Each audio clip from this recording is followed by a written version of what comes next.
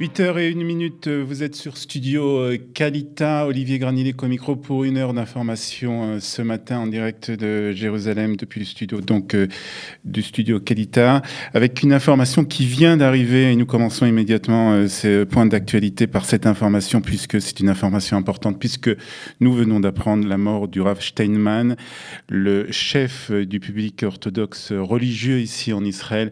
Le Rav Steinman est donc décédé il y a quelques minutes à l'hôpital Ma'ayane Yeshua à Bnei Brak, une information qui vient d'être donnée donc par les sites d'information et par les radios israéliennes.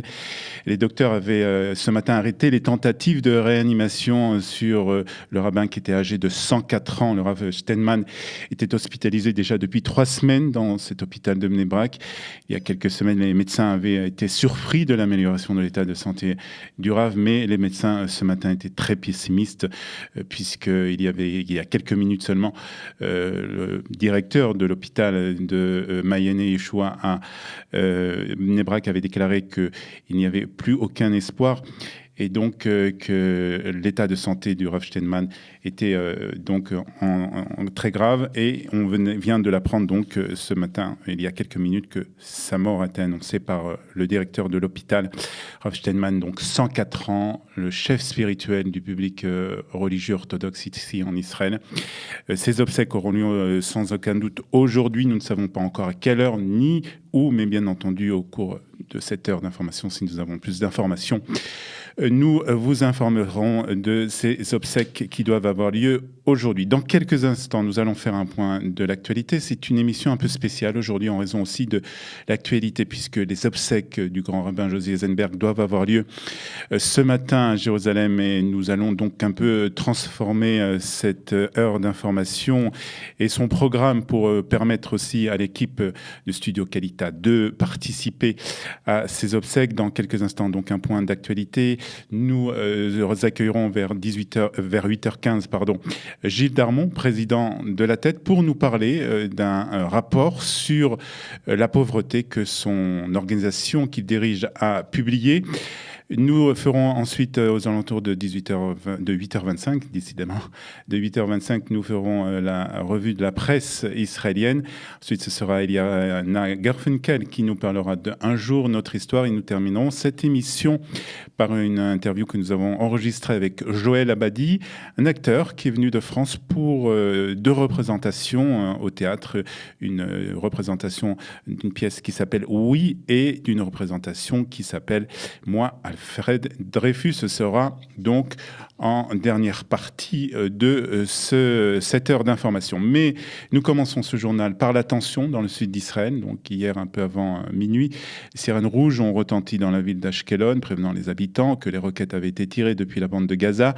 Cette alerte a déclenché le fameux système Kippat Barzel d'hommes de fer qui a intercepté une des roquettes lancées par le Hamas. Ces attaques ont eu pour conséquence des représailles pratiquement immédiates de l'armée israélienne en réponse aux tirs de roquettes.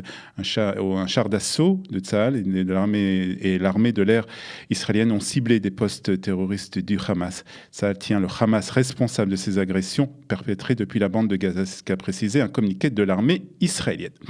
Et les Palestiniens prétendent que ces agressions sont la conséquence des déclarations du président américain sur Jérusalem. Et d'ailleurs, il a été beaucoup question des Palestiniens et de Jérusalem. Et hier, lors de la rencontre du Premier ministre israélien avec les ministres européens des Affaires étrangères, rencontre qui s'est déroulée à Bruxelles, arrêtez de gâter les Palestiniens, c'est ce qu'a déclaré Benjamin Netanyahu, ministre européen.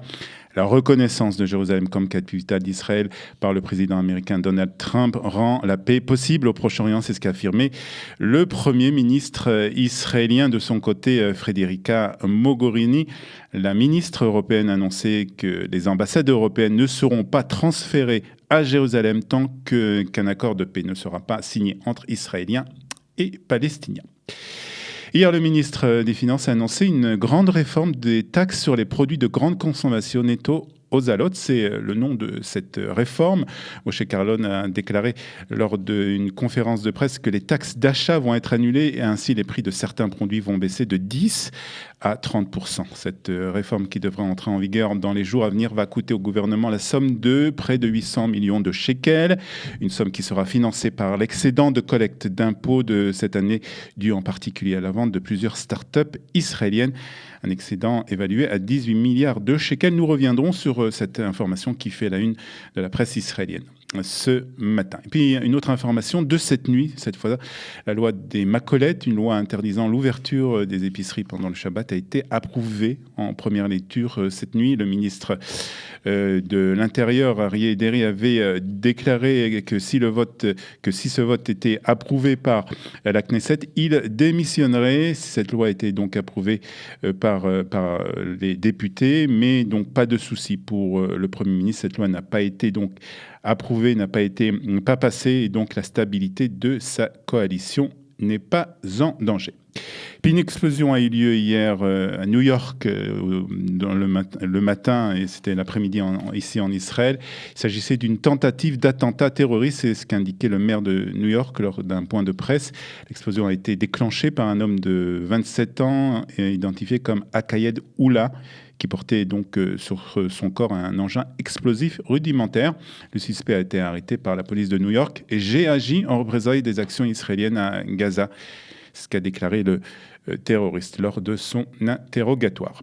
Et puis l'état de santé d'Asher Elimaliach, le gardien de sécurité qui a été blessé dimanche lors d'une attaque au couteau à la gare routière de Jérusalem, semble s'améliorer. C'est ce qu'a déclaré en tout cas hier le centre médical de Shaarei Tzedek. Il est toujours en soins intensifs, mais son état reste stable, a précisé le personnel de l'établissement. L'Israélien âgé de 46 ans a été grièvement blessé au cœur par un Palestinien originaire de Naplouse. Et puis donc, comme je vous le disais il y a quelques minutes, c'est ce matin qu'auront lieu les obsèques du grand rabbin José Eisenberg, des obsèques qui auront lieu à 8h30, très précise, au cimetière de Givat Shaoul à Jérusalem. La météo, pour terminer ce point sur l'actualité, la météo de ce mardi 12 décembre 24 qui s'élève, ce sera ce soir la première bougie de Hanouka, ne l'oubliez pas. Le temps partiellement nuageux avec des températures élevées pour la saison. Il fera 22 degrés à Haïfa, 27 à Tel Aviv, 21 à Jérusalem, 23 à Ashdod et 26 degrés à Eilat. Je vous rappelle quand même l'information principale de ce matin avec la mort du chef spirituel du public religieux orthodoxe ici en Israël, du Rav Steinman, âgé de 104 ans. Il était à l'hôpital déjà depuis 3 semaines dans un état de santé très grave. Il est donc décédé ce matin à l'hôpital Shaarei Yeshua à Nebrak. Ses obsèques devraient avoir lieu dans la journée. 8h et presque 9 minutes sur Studio Qualita. Nous allons accueillir dans un instant notre premier invité. Il s'agit de Gilles Darmon, président de la Tête, et nous parlerons avec lui de pauvreté en Israël.